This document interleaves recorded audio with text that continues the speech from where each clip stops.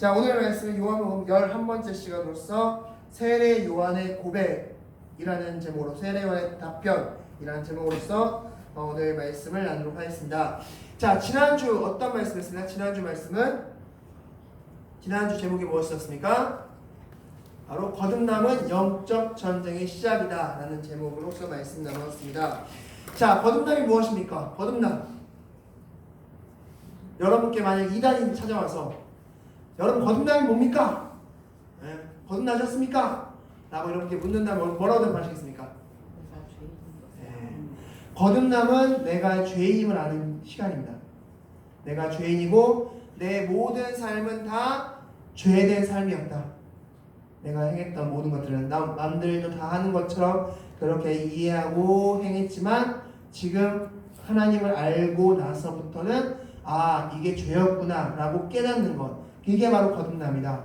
성경은 거듭나지 못하면 하나님 나라를 볼 수 없다고 말씀한 것은 거듭나야지만이 내가 죄인인 걸 알고 하나님께 갈 수 있기 때문에, 그래서 거듭나지 않으면 하나님 나라를 볼 수 없다고 말씀하셨고, 그래서 하나님과 가까워지려는 노력, 전신갑주를 입어야 되는데 그것은 바로 말씀과 기도하라고 말씀드렸습니다. 그래서 매일마다 말씀 읽고 매일마다 기도하시는 여러분이 되시거라 했고, 이와 관련돼서는 다음 주에 좀 더 자세히 말씀드리겠습니다. 자, 오늘은 바로 세례 요한의 대답입니다. 세례 요한의 제자들의 질문, 그리고 대답, 그리고 증거, 이렇게 구성되어 있는데, 오늘의 질문은 이것입니다. 세례 요한은 나는 쇠하여야겠고 그는 흥하여야겠다 라고 말씀한 이유는 무엇일까? 이 말씀의 의도는 무엇일까? 라는 것을 같이 말씀을 통해서 보도록 하겠습니다. 자, 오늘 말씀은 크게 두 구조로 이루어져 있습니다.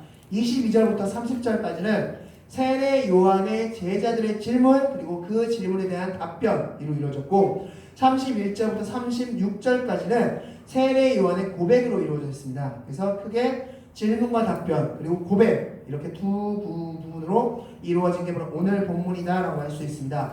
먼저 22절 말씀 같이 읽겠습니다. 22절입니다. 같이 읽겠습니다. 시작! 그 후에 예수께서 제자들과 유대 땅으로 가서 거기 함께 유하시며 세례를 베푸시더라. 아멘. 자, 예수님께서 세례를 베푸셨다라고 말씀하고 있는데, 4장 2절 말씀 보면 예수님께서 직접 베푸신 것이 아니라 제자들이 베풀었다라고 말씀하셨어요. 제자들이 베풀었다라고 말씀하고 있죠. 자, 그렇다면 왜 예수님의 제자들이 세례를 베풀었을까라는 것을 한번 질문해 보도록 하겠습니다. 왜 제자들이 세례를 베풀었을까요?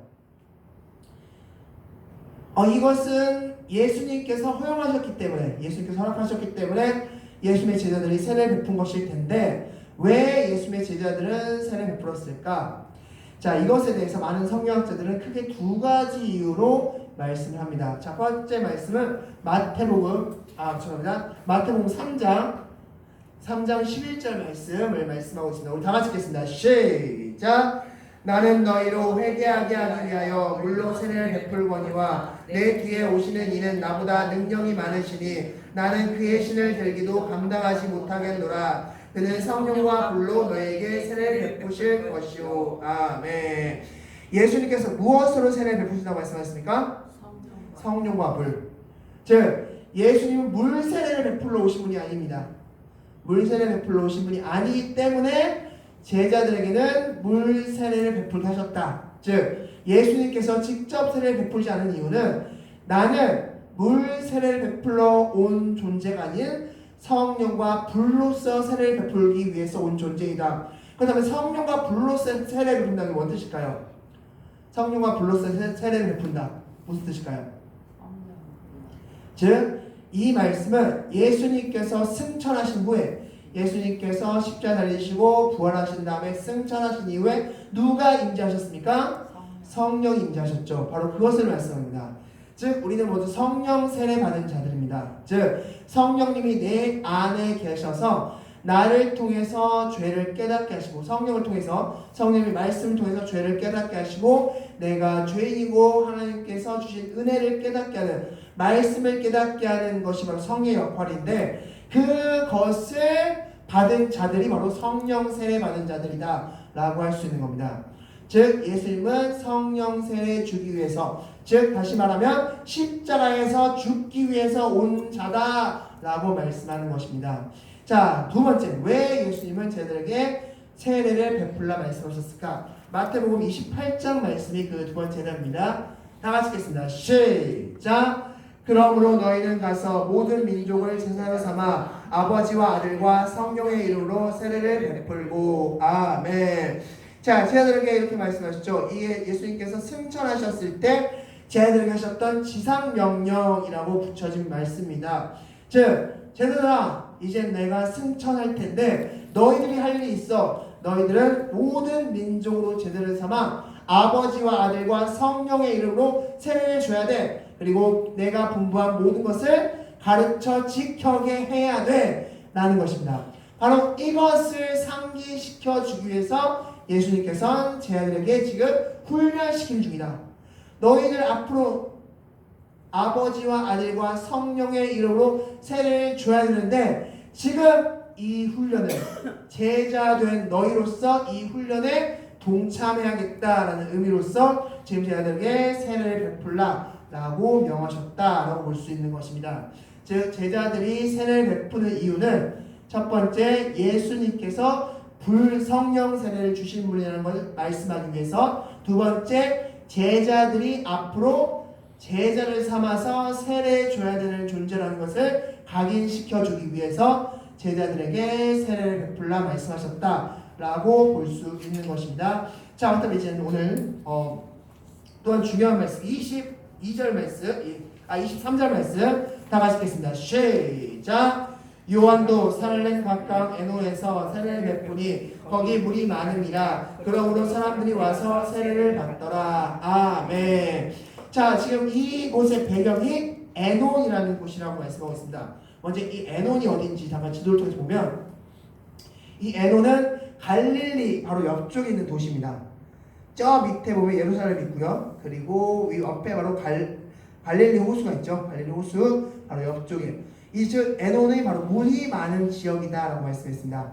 물이 많은 지역이기 때문에 지금 세례를 베푸는 장소로 이곳을 선택했다라고 성경을 기록하고 있습니다. 자, 이 말씀을 통하여서 우리가 알 수 있는 것은 바로 세례가 무엇인지 알 수 있습니다. 그럼 세례가 무엇입니까? 세례는 내가 죽는 게 세례입니다.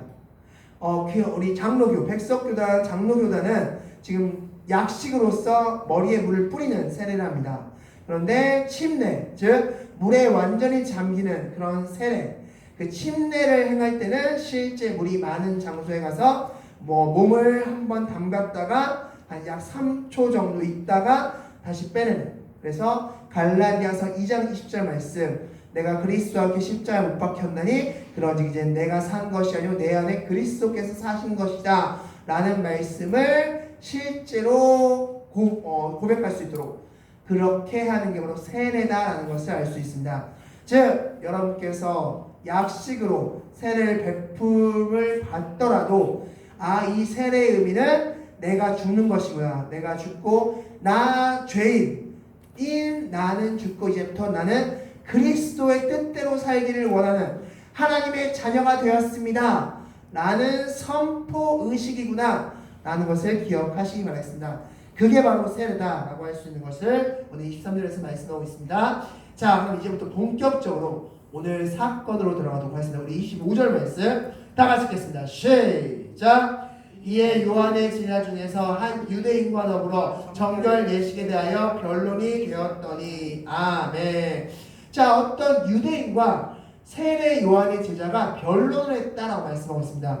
근데 참 이 변론이라고 쓰여진 이 단어의 원어가 참 재밌는데 이 원어는 제테시스라는 원어입니다. 이 제테시스가 무슨 뜻이냐? 바로 쓸데없는 논쟁이라는 뜻을 가지고 있습니다. 즉, 이 사도 요한이 요한복음 이 내용을 기록할 때 지금 세례 요한과 이 유대인이 하는 대화는 정말 무의미한 대화였어 라는 걸 얘기해 주고 있는 겁니다. 우리 독자들에게 이 두 사람의 대화는 정말 무의미한 대화였어 라고 이야기해 주고 있는데, 그렇다면 어떤 대화였기에 이 사도 요한은 이 대화가 무의미한 대화라고 정의하고 있을까? 26절 말씀 다 같이 읽겠습니다. 시작! 그들이 요한에게 가서 이르되 라삐여 선생님과 함께 요단강 저편에 있던 이 곧 선생님이 증언하시던 이가 세례를 베풀면 사람이 다 그에게로 가더이다. 아멘. 무슨 말씀일까요? 무슨 말씀일까요? 이 말씀이. 자, 이 말씀은 어떤 말씀이에요? 이런 말씀입니다. 선생님, 지금 보니까요, 선생님이 말씀하셨던 저 예수의 제자들이 세례를 주고 있는데, 아니 사람들이 말하기를 예수의 제자가 주는 세례가 더 능력 있다라고 말하더이다. 예수의 제자가 주는 세례가 더 크다, 영향력이 있다라고 말하더이다. 선생님, 이거 너무 기분 나쁜데요? 선생님, 이거 정말 맞는 얘기입니까? 선생님이 주는 세례가 원조 아닙니까?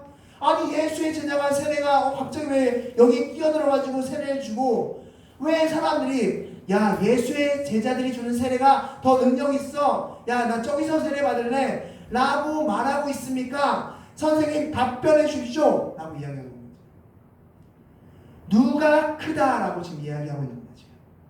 마치 예수의 제자들이 누가 크냐고 변론했던 것처럼 지금 세례 요한의 제자들이 한 유대인과 이렇게 지금 논쟁하고 있는 겁니다.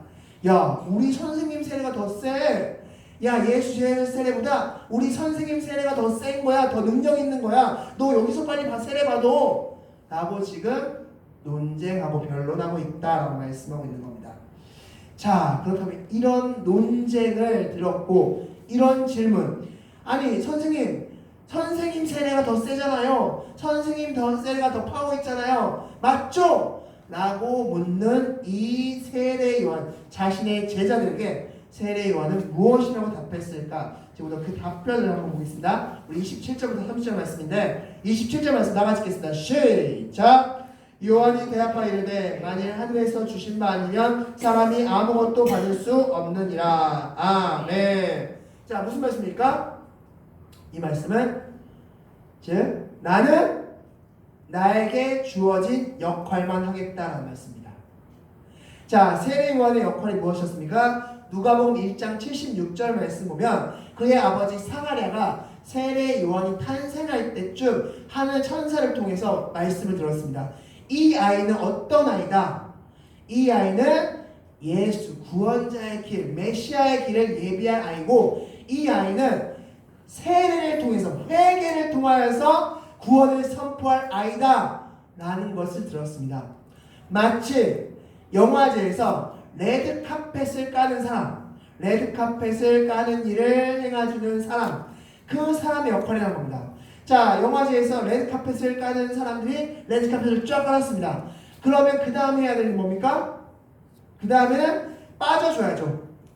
그러면 이제 영화제의 하이라이트는 영화 배우들이 한 명 한 명 레드카펫에 입장하면서 막 환영받고 사진 찍히고 그러겠죠. 자, 마찬가지로 예수님이 이제 레드카펫에 들어섰습니다.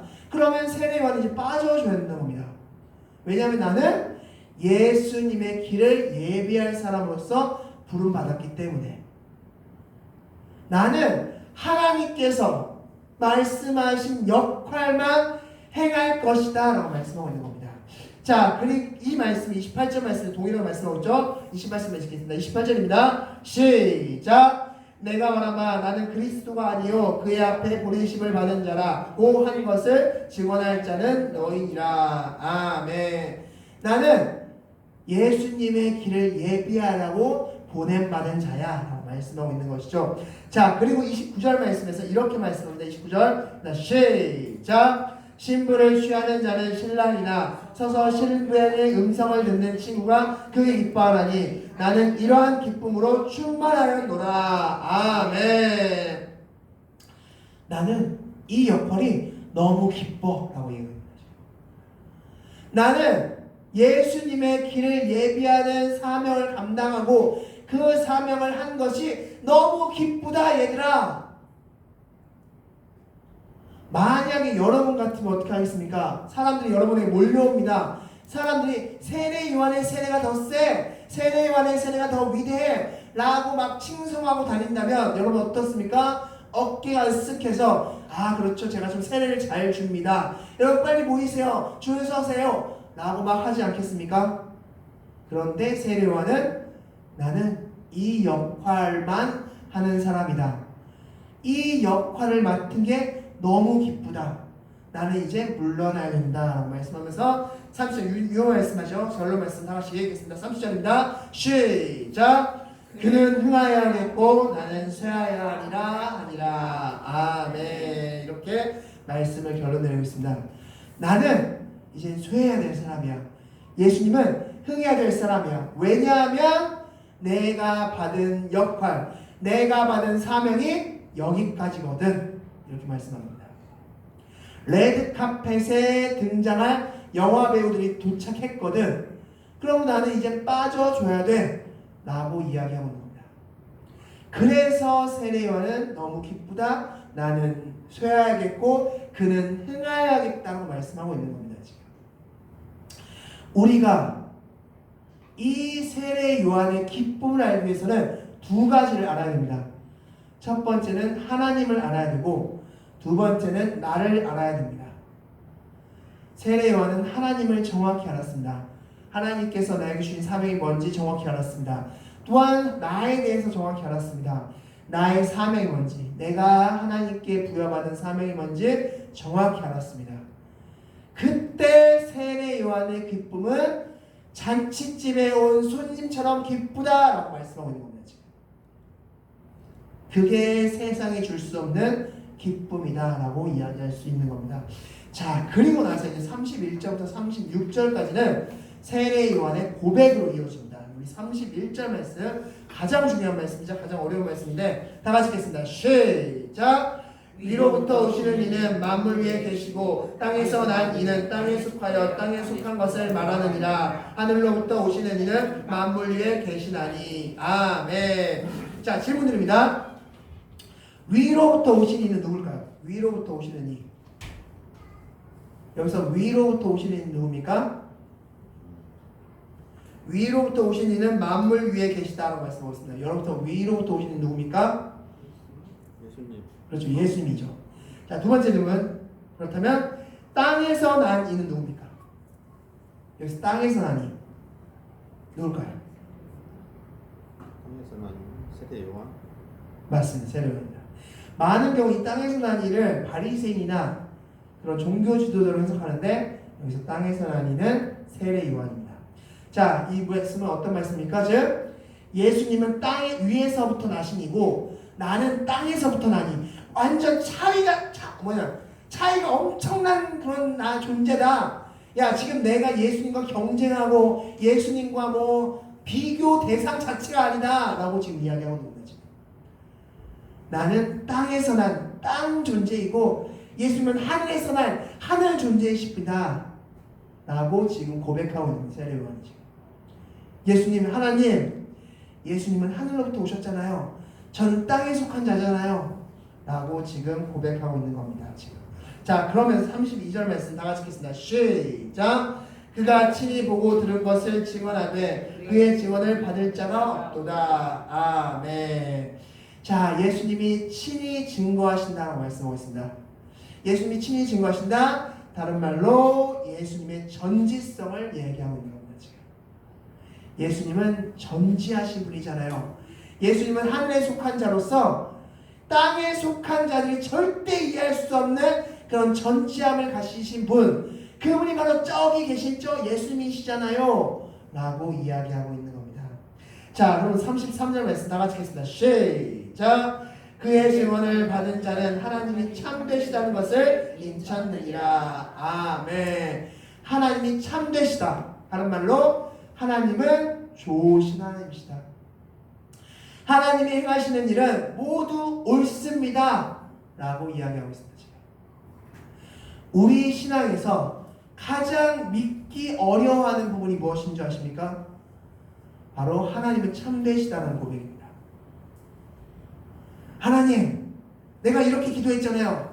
내가 이렇게 열심히 했잖아요. 근데 이 결과가 이게 뭡니까? 하나님 너무하신 거 아닙니까? 하나님 이 정도는 해주셔야죠. 내가 하나님한테 드린 공이 얼마고 하나님께 바친 게 얼만데 이건 아니잖아요. 이 이야기는 하나님을 좋으신 하나님으로 인정하는 겁니까? 아닙니다. 하나님이 행하시는 일은 모두 옳다. 그게 바로 하나님의 좋으신 하나님에 대한 고백입니다. 그게 바로 33절 말씀입니다. 하나님은 참되시다 라고 예수 그리스도가 인치셨다는 겁니다.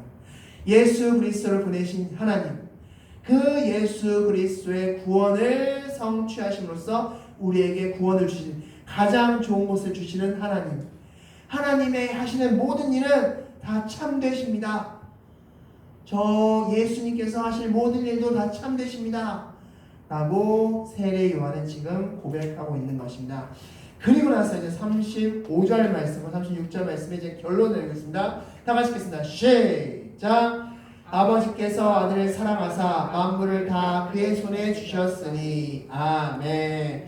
자, 예수님께 모든 위임을 권한을 주셨다라고 말씀하고 있는데, 특별히 여기서 세례 요한이 강조하고 있는 권한은 재판권입니다. 재판권. 예수님은 심판권을 가지신 분이다라고 말씀하고 있는 겁니다. 계시록 20장 12절 말씀 보면 예수님께서 말세 때 모든 악한 자들 다 물리치신 후에 그 모든 악한 자들 다 한 곳에 모으고 예수님께서 보좌에 서서 생명책에 기록되지 아니한 자들은 모두 심판하신다라고 말씀하고 있습니다.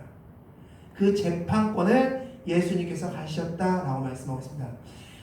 바로 예수 그리스도를 믿지 않는 자들, 생명책에 기록되지 않은 자들, 죄로부터 용서를 받지 못한 자들은 다 그 생명책에 기록되지 못한 자들이고 다 심판받는 자들이다. 그 심판권, 재판권을 하나님부터 부여받았다라고 말씀하고 있고, 자, 마지막 결론이 36절 말씀입니다. 다 같이 읽겠습니다. 시작.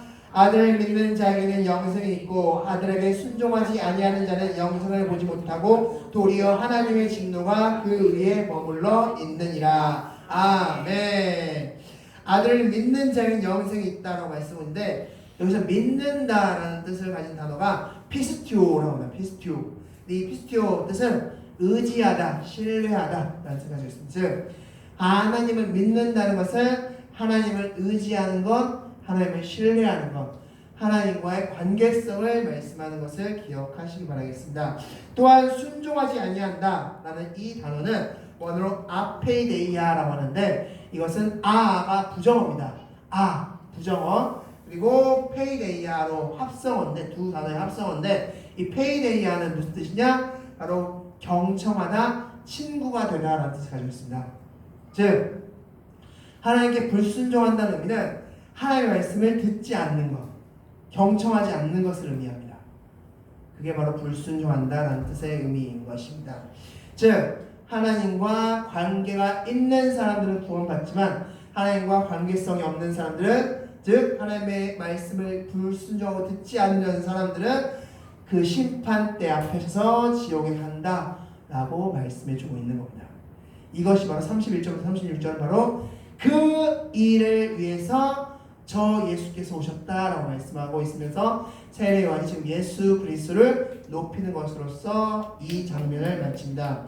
즉, 자신들의 제자의 엉뚱한 질문에 대하여 세례 요한은 예수 그리스도가 누구인지 바르게 선포해주는 장면이 바로 오늘 본문 장면임을 기억하시고, 또한 사도 요한이 요한복음을 기록한 목적, 예수 그리스도가 누구다 라는 것을 또한 정확히 증명하는 장면이다 라는 것을 기억하시면서, 우리 또한 그렇게 세례 요한이 믿은 것처럼 예수를 믿으시는 여러분들이 되시기 바라겠습니다. 말씀 정리하겠습니다.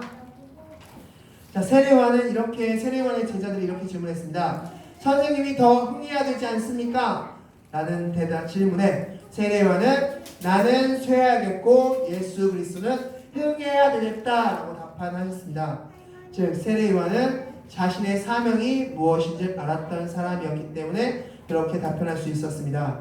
여러분께서 오늘 기도하시면서 하나님이 누구인지 정확히 아시고 내가 누구인지 정확히 알아서 세례 요한이 했던 고백처럼 나는 너무 기쁘다 라고 고백하는 그런 여러분들이 되시기 바라겠습니다. 다 같이 기도하시겠습니다.